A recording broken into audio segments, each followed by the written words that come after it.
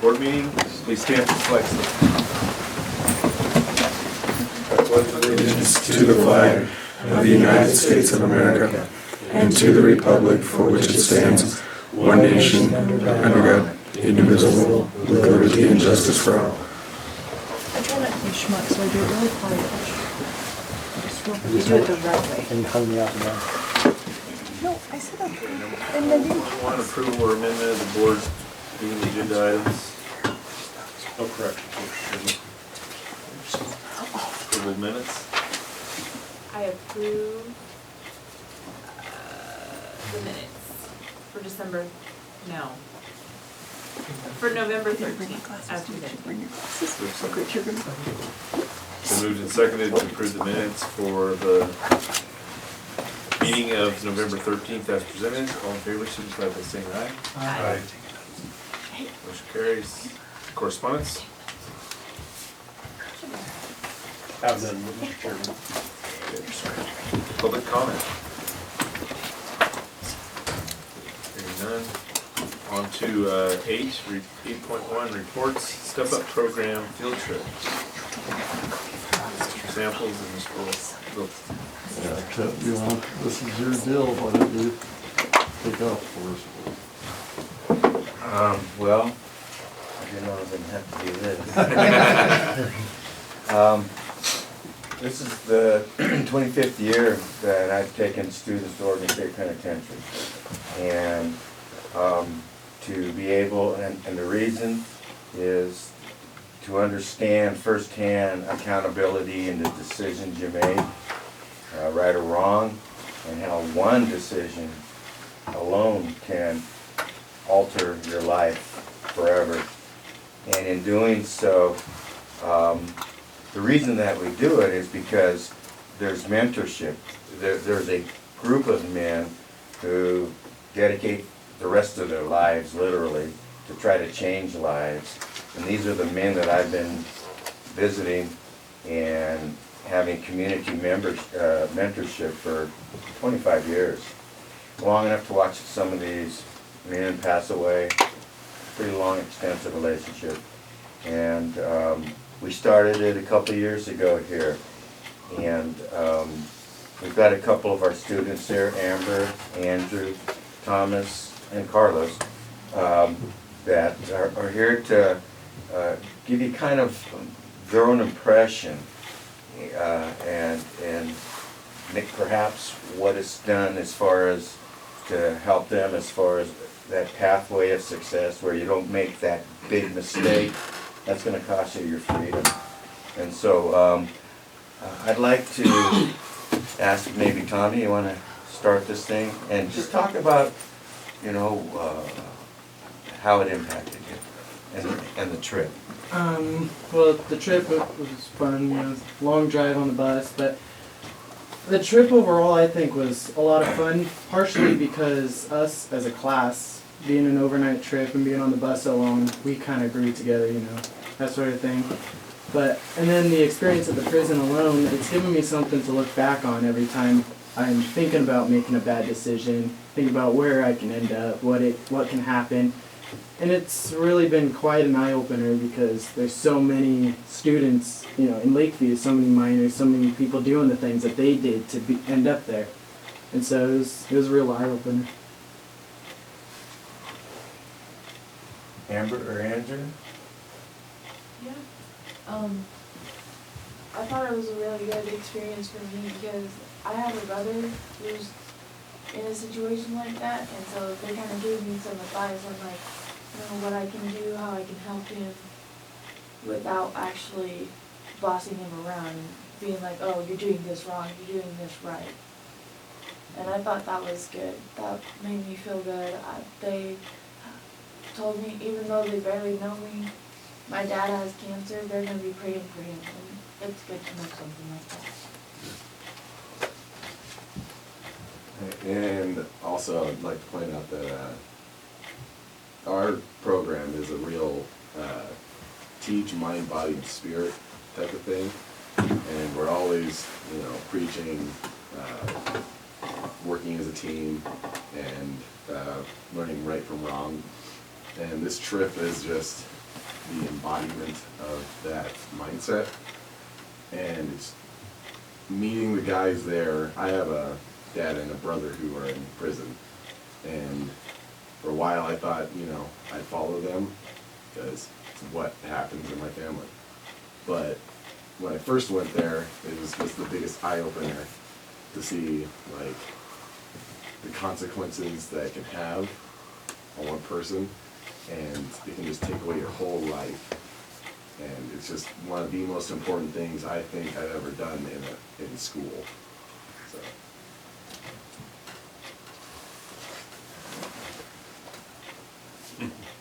I don't know, I said anything. You can feel it from him.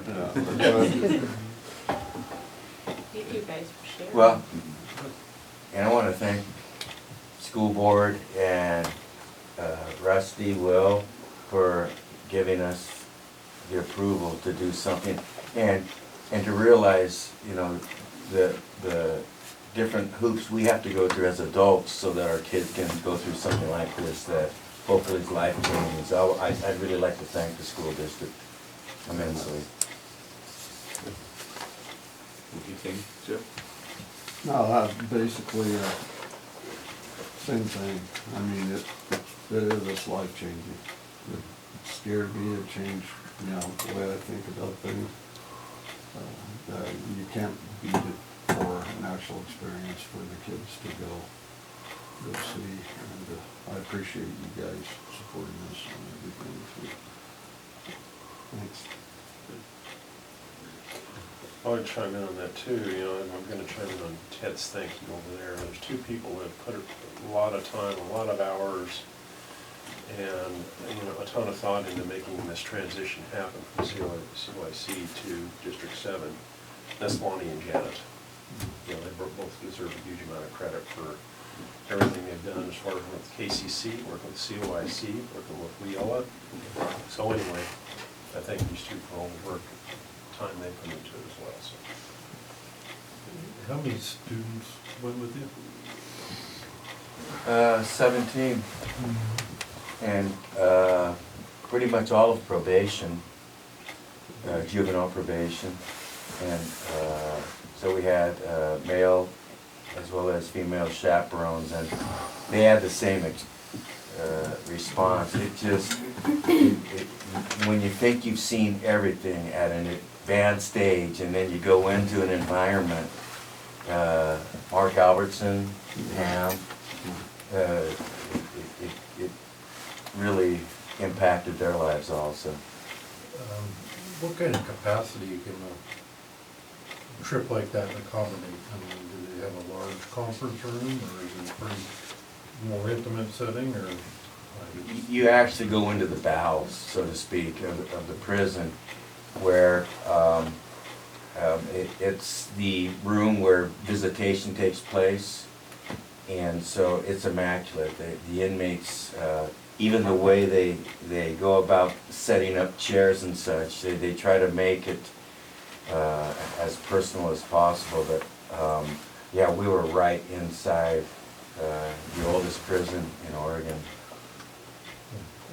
I guess what I'm getting at is I think it's a valuable program that they have going on there. I think, you know,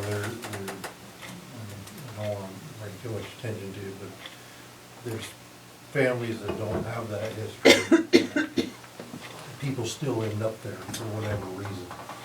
And it doesn't matter what the upbringing is, it can happen to all sorts of individuals and classes of people, and it could be a very valuable learning environment for everybody within the high school, not just one particular class or anything else.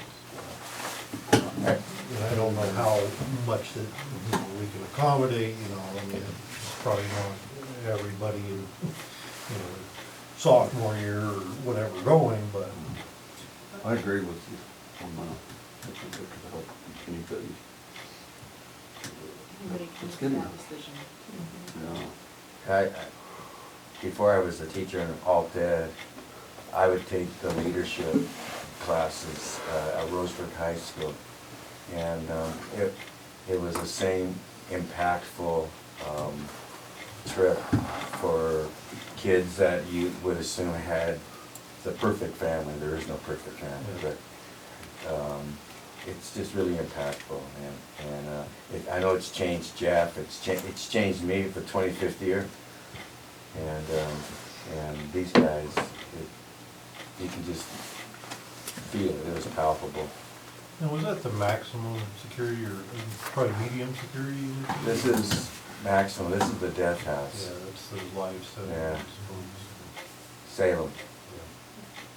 We're also real fortunate to have the pastor where we stayed, a big, beautiful, church, lots of room. They accommodate us with breakfast in the morning. Just, can beat that for, an overnight stay and treating us really well. You gotta have a shout out to Dan Moulton too. The guy, Yeah. much more than servicing us as a bus driver. He was right in there with all of us, and I had nothing but high regards for that guy. It was just all in all, it was just top to bottom, it was a great experience. Good. Thanks for coming forward the board today. Okay. Telling us. Thank you very much. Thank you. Good presentation. See you guys.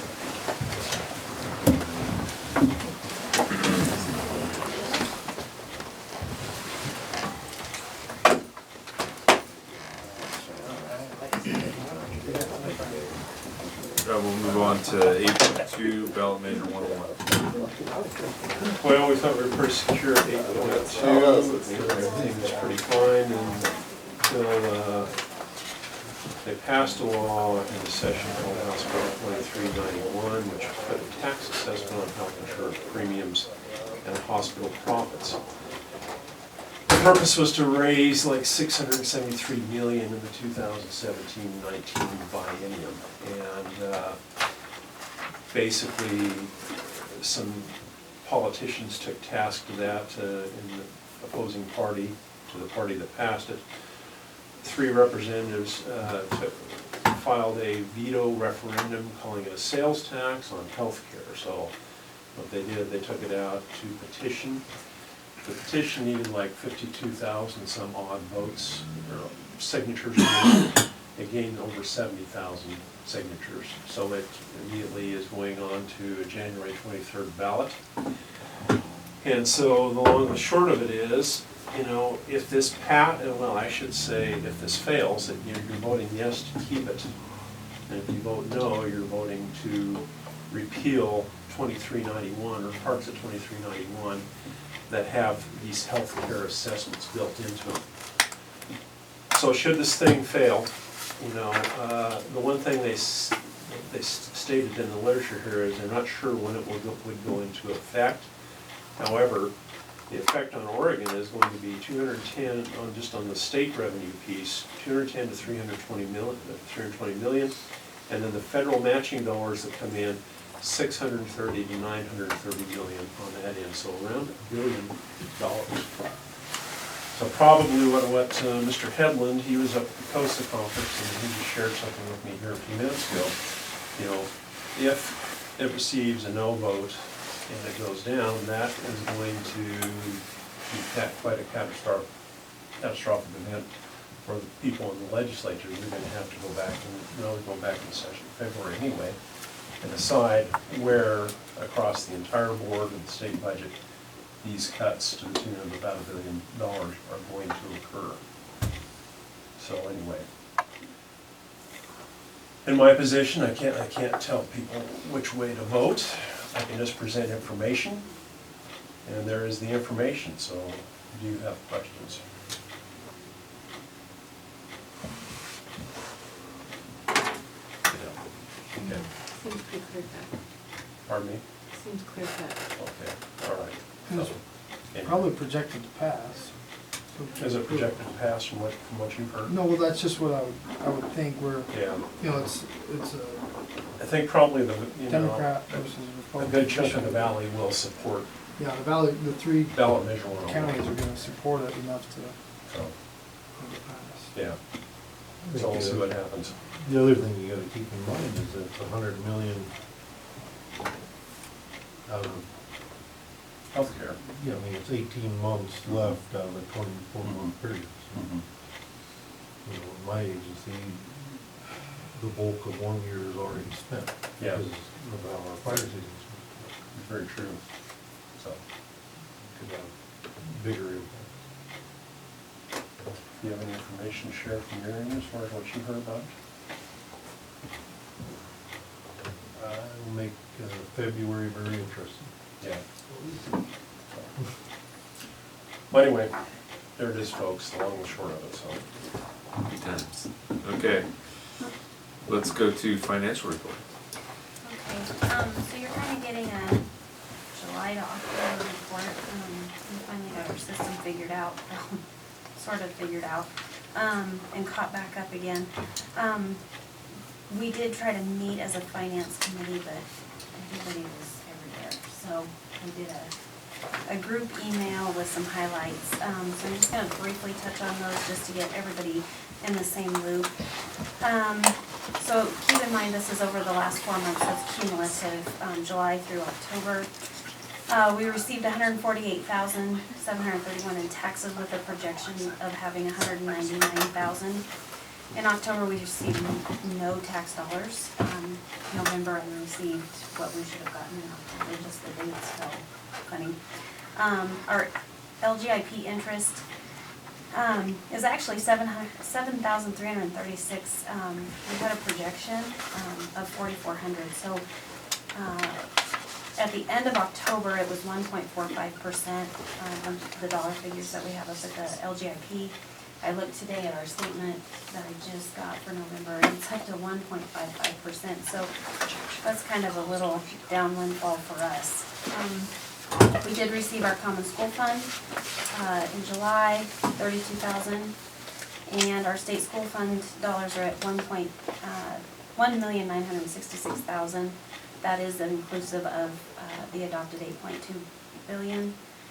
We did receive a safe dividend that they declared in September. We received it in October. Last year we received about $6,600. This year we received $8,306. They gave us extra couple of bonus items that we had on there. And then we're about 61,000 short of our projection for total revenue. A lot of that has to do with not receiving any taxes in the month of October like we normally do. So I would attribute it to that. We probably would have been over had we got the October turnover. Any questions on revenue? Next page is expenditures, our payroll. We've actually been under our payroll, which has been nice. So we've saved a little bit there. There's a kind of a spike in September. We did a back pay for July and August payroll that was negotiated in September. So there was a little bit of a spike for those 12-month employees. However, we're still well below. And our accounts payable is about 67,000, almost 68,000 below what we had projected on the whole. Pretty brief there. The ending fund balance, now we did start out, we projected to be at $1,094,000. However, we were in reality at $765,000. So I made a count for that. We're monitoring every single dime that comes out. We really are trying to keep our reserves above, don't go over budget, don't spend outside of budget, that kind of thing. So far, we've obviously had some good success about that. So we'll try to build back up that cash carryover for the next year. It's nice to have it about $1 million. A little bit over $1 million is nice, just to have a little safeguard in there. Any questions? We're at $1 million. You anticipate it to be 707. What's that? We're at $1,024,000, and you Yeah. anticipate it being 707. In October, we ended up being about $1 million.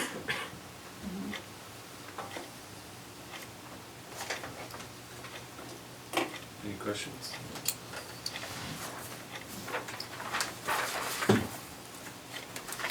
So the new program's slowly, a little better. Getting me down? Yes. I'll bring No. you. No, actually, it's getting better. The struggle is real for everybody. It's not just in here. We'll get it. It's just change. Change takes time. Okay, moving on, old business. I have none. 10, new business, superintendent evaluation. As discussed in work session, there we discussed the calendar for your approval with one amended date change. So that's what I recommend. Do you have a motion? I move to approve the 17-18 superintendent evaluation calendar with the amended date, including the February 14th meeting to February 12th. Second. It's been moved and seconded to approve the 2017-18 superintendent evaluation with the amendment change, the meeting date of February 14th to February 12th. Any further discussion? All in favor, signify by saying aye. Aye. Motion carries. 10.2. Okay, I've brought Christy Reese, our ag teacher, down this evening. She's proposing a planned course statement related to agricultural work experience. But before her, I'm bringing Danae in. Danae has a couple planned course statements for your approval related to advanced horticulture and is it advanced horticulture, Danae? So anyway, I'll let her speak to it. So proposing advanced horticulture and advanced floral design. Quite a few students have shown interest in going beyond what we currently offer, which is just a basic floral design class and just our general horticulture class. Probably looking at implementing both of them next school year if it works in with scheduling, which may or may not with staffing, but just to have them on the book, so that's a possibility for students to choose. I'm sure Mr. Cahill's told you guys about our grant with the BLM, and so part of that would be looking at putting up another greenhouse and some propagation with that. So I think an opportunity for students to be involved with some of the native plant production. There's also an interest of kids to do some fruit tree and perennial, more advanced topics with grafting and things like that. So, and it looks like also we'll have some opportunities for some college credit with both courses too, through Clackamas Community College. So did some of this gain traction from the field trips last spring? Yeah, I think somewhat from the field trips last spring, and a lot of my suppliers that I work with are really saying that horticulture is an area right now where they just can't get enough kids to come into the industry. So I think being able to give those kids an opportunity to look at some more options. How much were you awarded from the BLM, or it was 75,000?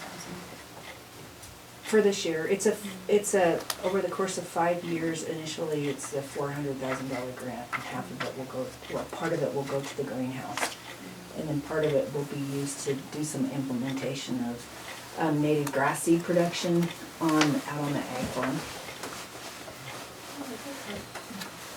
You can look at all into forestry, tree nursery, or forestry, forestation. I would like to include some of that if we could, especially in our advanced topics. I mean, we hit a little bit right now on Christmas tree production, and we were hoping to go to Holiday Tree Farm because they do have their own greenhouses there where they do all their seedlings.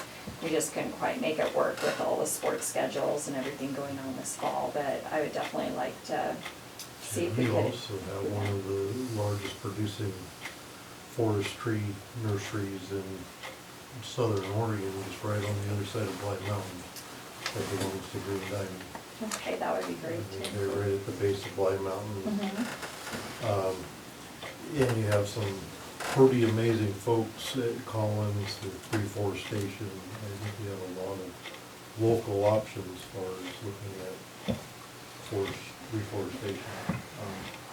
I think just with our location, I think the general whole horticulture industry is pretty important, from nurseries in the state of Oregon and the amount that, what that means to our economy, but I think forestry is also a piece of that is a large economic And I part know of we, Oregon that I'd like to see us, especially here locally, look at. I think this MELM grant could possibly engage in that. and Right we now, talked a little bit mainly about their natural main species they resources. want you to grow right now are, Christie, what you, Forbs. forbs. Danae would be mostly forbs, and then we're looking at a native ryegrass is probably what we're, or not rye, but rye. Not ryegrass, but rye, a native rye. It's getting us introduced to natural resource education. And we've definitely talked with Rusty and Lonnie too, and Christy and myself, how we could look at more natural resource components. I know part of, like, we brought up a few issues, of course, with kids, is a lot of the certification they need, they have to be 18, so that's been some talks that we've had as far as looking at like wildland fire and things like that, but it is definitely an area there's a lot of interest. We did in my Ag 4 class last year, Amy Marcus got a bunch of people from industry, Mr. Johan from Collins Pine, and Mr. Erickson, Travis Erickson, and Amy, and Craig Foster, and Shaylin Sheffield from Paisley, all came in and were guest lecturers in the Ag 4 class, and we did a day-long field trip and went and looked out at a modern logging operation. We toured the mill. We went and looked at how you would manage in regard to wildlife, and we talked about maybe what the forests looked like 100 years ago and how they're trying to manage toward that. And the kids were really impressed. It was a really good thing. So I think there's interest in natural resources. I think perhaps too, Barry made some mention as far as the recruitment of, fire suppression people. You only had one from Lakeview who signed on this year, correct? That was at Lakeview Ranger District. That's a But yeah, it was very disappointing. I don't know what this year's numbers will be, but Yeah. we'll see. I think it probably, maybe it would be nice to have Dustin. It's good for Dustin's When things office, open bad up. for Forest Service. Yeah. When things open up, to come in and maybe do some sort of a presentation or whatever. I might recruit some folks. Well, I think this is great. I think as long as we're not growing junipers in the greenhouse, I won't even hardly Or bring even him in to there. sell, I can't do it. no, I think it's good stuff. Yeah. And then just, I know you covered it, but, the Lakeview Ranger District has a tree killer, Okay, and they periodically do have seedlings. A lot of times they come in the spring, but there's 2 different rooms, and one can certainly be, work something out. okay. It's just something to keep in mind if you do get seedlings. You need to Sounds good. hold them so they don't die. Perfect, thank you. It's an option. Sounds good. We'll try to maybe see if we can incorporate some more reforestation and tree nurseries. Just, I think anything where the kids know there's so many options in horticulture, that it isn't just growing a petunia or a tomato plant. We talked, today we were watching a video on poinsettia production and just how you could work for a horticulture magazine if you're into photography and journalism. And one of my students in Paisley did that, but there's just so many different options in horticulture besides the actual propagation part. I think there's some challenges with reforestation and growing bare root, or you look into plugs and container seedlings. There's some really interesting stuff, especially when just like anything in horticulture, just the genetic modifications and engineering that are taking place in all realms of it. There's a lot of science that's getting in the back of that too. Okay, Christie, you want to talk about yours? Yeah, mine's something that came about when I was at a meeting with the other ed teachers at our gathering up at the ESD in Redmond. And the Redmond High School has a animal work experience class, that is basically just like our work program that we do here, but it's run through the agriculture department. And the thing that's good about that is with the funding that's coming the way of career and technical education, if I can run this through the agriculture department, that will bring more funding our way. But that, and the other reason that I really wanted to implement this is just with a few more requirements on the students, like what I have for the course goals, for them to maintain records, to do some presentations, and to research some careers within the animal science and agricultural field. They can have a graded work experience project instead of some of these kids are having work experiences pass-fail. And, you know, I think that maybe with just making it a little bit more rigorous for them, a little bit better learning opportunity, those kids can go out there and get some ag credit for their work experience. And so this wouldn't be something where it wouldn't take away from the courses that I am already teaching. It would be something where this is something that would be incorporated within one of my teaching periods, because most of the time it would be students that are out on a work experience. So what's Redmond doing? So it's the same sort of thing. All it is, it's just called an animal science work experience, and so it's just a work program. The kids go out and they get credit through the ag department through getting a job on a ranch or in something related to agriculture. It doesn't, I suppose technically, this one's animal systems is the one that I put in, because I've got kids right now that are working out on ranches and raising animals. In Redmond, I think they have, I don't know, they have probably 60 different courses listed that are approved and through the Oregon Department of Education. And I think it just depends. I mean, you could, you know, some of the things that they even do in Henley, they say working through agriculture could just be working up at the coffee stand, because that's ag sales and service. So, you know, they're just kind of capturing, Redmond's really, it was interesting. They're just trying to capture all the dollars they can to come their way by running through the departments that are generating money, because right now, you know, CTE departments really are. And we have kids that they're doing this already. Yeah, We're just gonna put them exactly. under the right umbrella, which benefits us with dollars that can come in for us, and also benefits them because they get more of a related, it really reflects what they're doing. And also gives them ability to have that grade, so if they're looking at scholarships and those kinds of things, it ups their GPA when they're doing that work already. So it's really a good idea, it's a good shift. That's what I was gonna say. It's just Sorry, sorry, Dustin. GPA versus Yeah. just pass fail.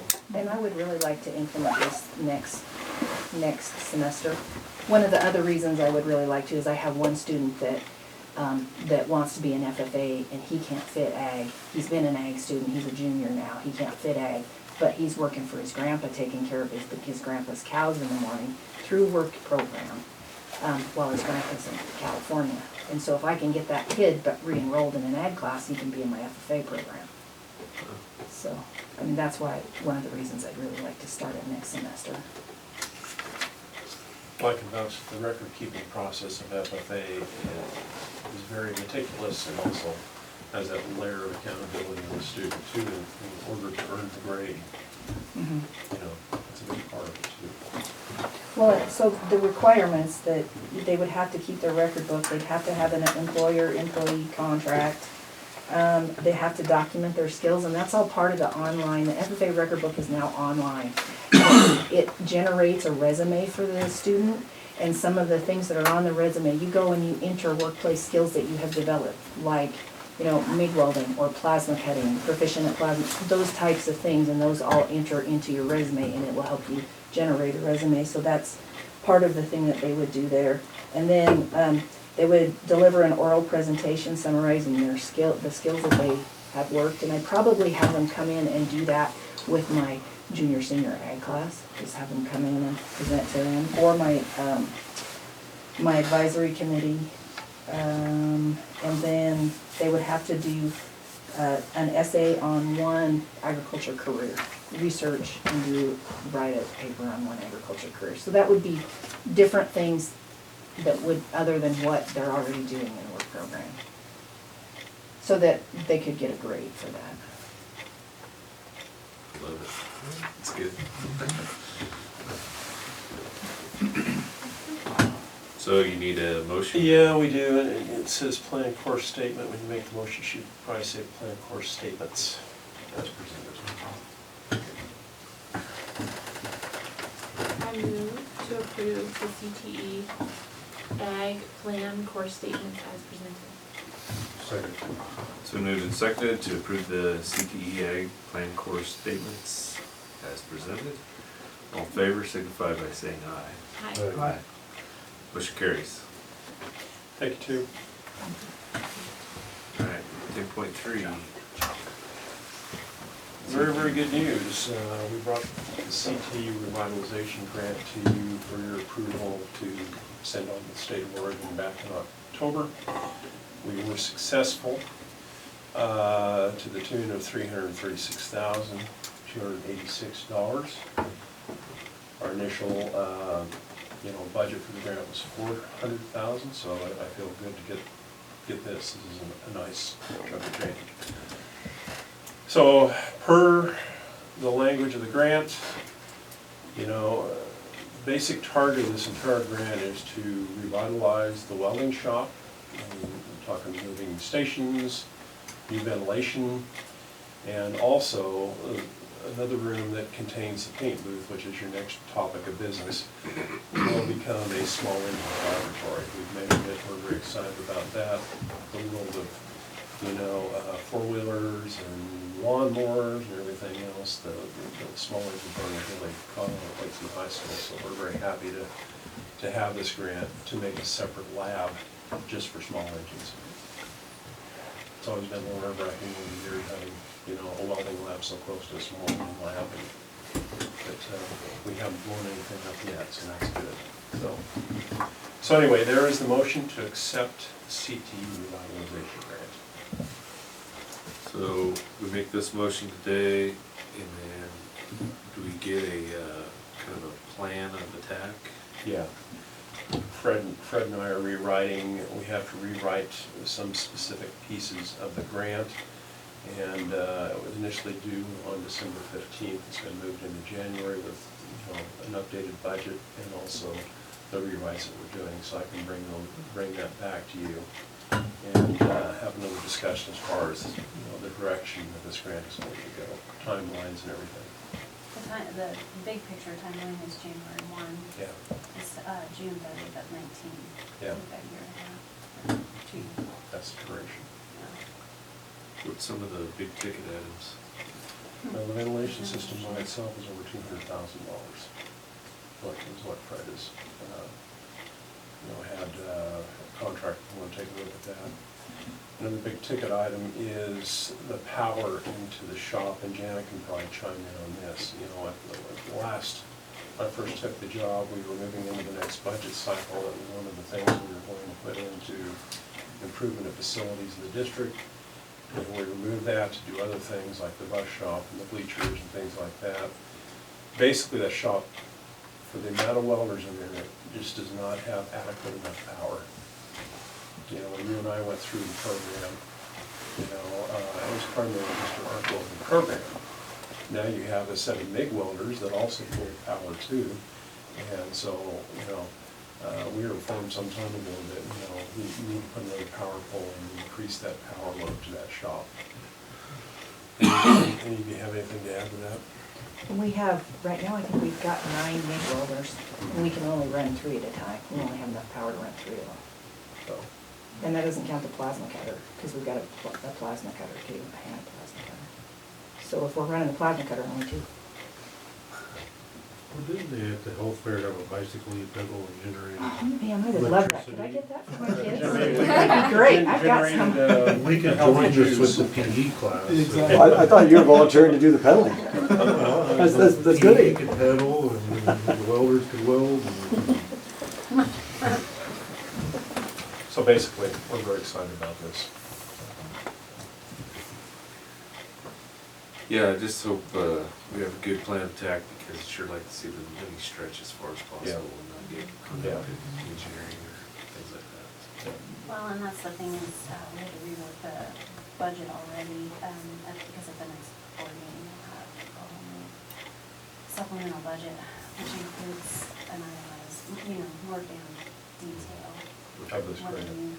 I did suggest to them that they get a project manager just because it's big, and that's a lot of liability, on our hands.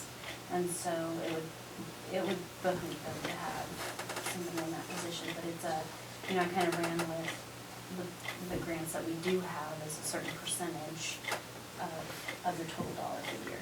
So I kind of ran with that as far as a marker when we built this budget. This CTE grant, is it a one-time, or is there follow 3 years as well? It's one time. One time. Yeah, well, they pull it up every 2 years, and schools apply for it, and when we applied for it 2 years ago, we did not receive it. I think a lot of the reason why we did not receive it, because we were just too broad, we were all over the place, we weren't specific. Okay. That's what we've learned from this, is, get something in your program that is, number one, very high need, and this shop has been very high need, in my mind's eye, for many years.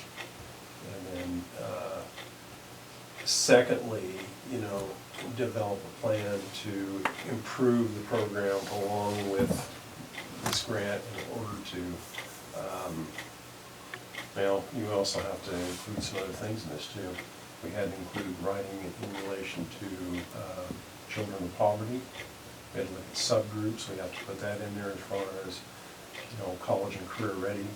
So there were a lot of other specific things that we had to write into this grant in order to attract and receive it, so. Any other discussion? Do you have a motion? I move to approve the CTE revitalization grant as presented. Second. Okay, it's been moved and seconded to approve the CTE revitalization grant as presented. All in favor signify by saying aye. Aye. Motion carries. So when are they gonna bring us the big check? We get to spend it up front and ask for reimbursement.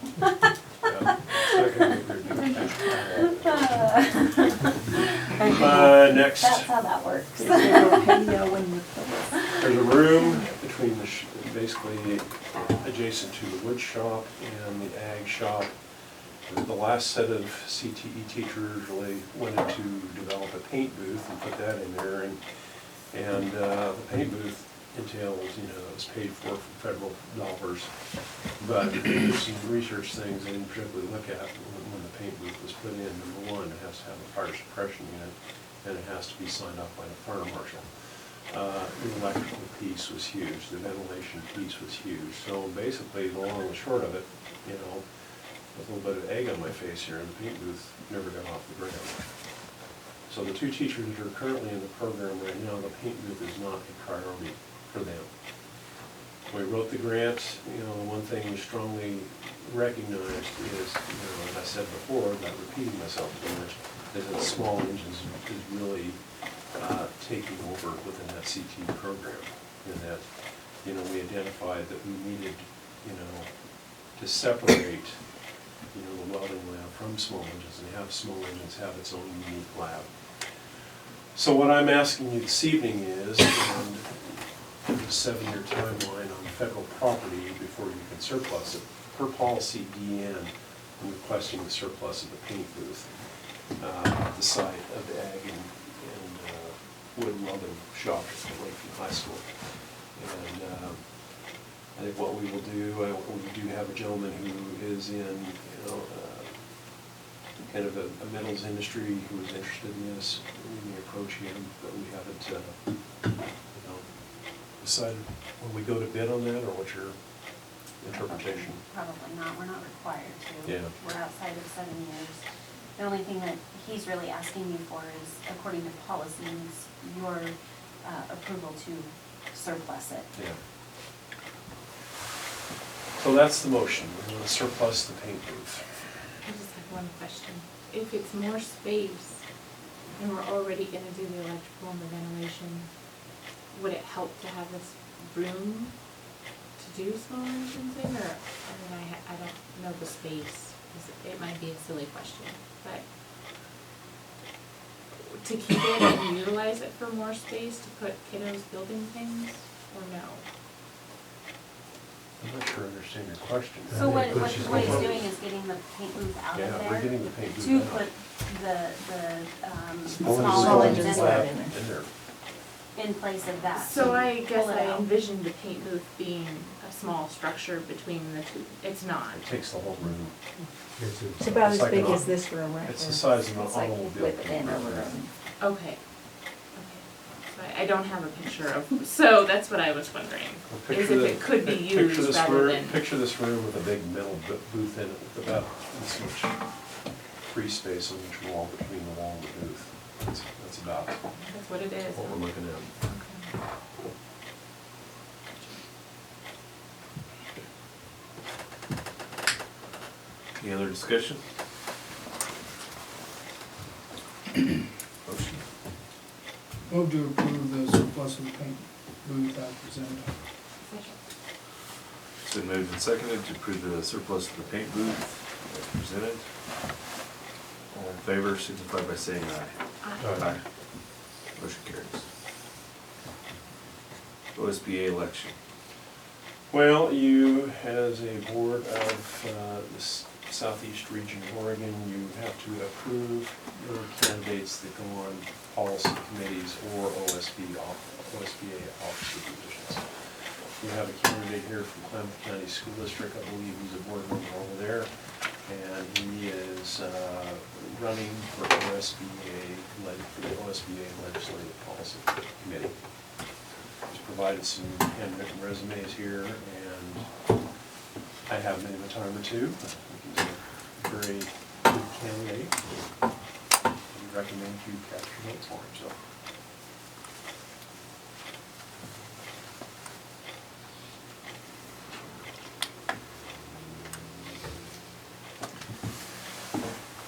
Okay. So, I don't know if there's any discussion on this. I wasn't that impressed with the handwritten application myself, but if I was wanting votes, I would have had it printed. Nonetheless, I don't know that we have a lot of choice. He's the Here we only go. game in town, so. 10.5, do we have a motion? I move to approve the election of Bruce Lowell to the OSBA Policy Committee as presented. Second? Second. All right, it's been moved and seconded to approve the election of Steve Lowell as the OSBA Policy Committee as presented. All in favor signify by saying aye. Aye. Aye. Opposed? Motion carries. Thank you. The next one is the resolution to the OSBA proposed bylaws. This is a housekeeping chore you take care of every year as well. I guess the only thing I can say is, do you have any questions as far as the bylaws that are presented to you as you read them in your packets?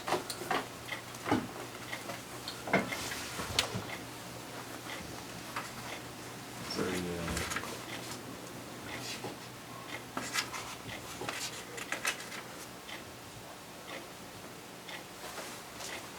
I don't know, do you have any pros and cons on I it? really don't have any pros or cons on it. I think it is just Help some tax they're a wise. very routine thing that they're required to get out to each year as far as, their bylaws for your approval, and that's basically it. So, I vaguely remember this at the training we had in Paisley, it had something to do with, and just the way they were termed as a not-for-profit, or something like that, so just housekeeping, it sounded like. okay, and which it is. All right, any other discussion? Motion? I move to approve the OSBA resolution to reorganize the Oregon School Boards Association as a nonprofit corporation and adopt proposal 2017 bylaws as presented. Second. Okay, it's been moved to approve the OSBA resolution to reorganize the OSBA as a nonprofit and adopt the proposed 2017 bylaws as presented. All in favor signify by saying aye. Aye. Opposed? Motion carries. Consent agenda. I move to approve the consent agenda as presented. Second. Moved and seconded to approve the consent agenda as presented. All in favor signify by saying aye. Aye. Opposed? Motion carries. Announcements. I have none. Next board meeting. Well, we got quite a bit to do. We're gonna get into the superintendent evaluation forms in the work session. We're gonna go ahead and do a work session on policy updates, the third batch. Policy updates that you saw tonight, we're gonna pull that one out and rediscuss that again on volunteers and approve that second batch that the I policies that you saw this evening. I believe Mrs. Reese is going to have a college industry field trip presentation, correct? Okay. Building principals will give reports, and we'll have an ASB report. Tentatively right now, that's what we have. Pardon me? I didn't hear from her today, just occurred to me. No. We left them off tonight because we had, Janet wanted to give some time for her financial report, and we really wanted to step up here to be able to have good. Should we hear announcements, Christmas programs, upcoming events before? I think that'd be an excellent idea, so why don't you two go ahead and announce Christmas programs? Okay, it was last night. I was there, I can attest to that. Union's Christmas program is tomorrow night at 6. And Hay and Fremont programs are always the day we get out, so they're next Wednesday. Fremont's is at 10 and Hay's at 12:30. And it's an early release day, so we send out an extra notification to parents to remember that it was an early release day because it's not marked on our district calendar. So. Very nice band choir concert last night. Lots of kids out, and it was very nice. Yeah, the numbers in that program are, where they've come from in the last 3 years is pretty good. Yeah. It's pretty outstanding. 30, I think I counted 36 in the choir and 21 in the band. So 57, 58 kids performed last night, which is pretty good. I imagine a lot of it's the same kids, but at the last basketball game, I was very impressed with the band. Oh, they gosh, performed that's last night, yeah. awesome. They've improved, the national anthem alone has improved substantially. And I remember being in Culver at a small school, we played football. If the band was really good, we're gonna win because there's not enough guys playing football during the band. If the band was really bad, we were in trouble. So our band's really good, but that's a good sign. It's getting better. Our sophomore FFA group is going caroling again this year, and it won't be as good. What day should we watch for them? I know a The couple 20th. Or avoid them. Or avoid them. We'll come by. What day should we You can close our skip the house blinds? right next to her. Go right by it. 2 board members in a row. I know that group. They have fun though. Any other announcements? I only have one more thing to observe next month that is very, very important. It is World Appreciation Month. So I'm sure we will have a number of things to recognize the fine work that you do, bringing some food and some other presentations, so be prepared for that.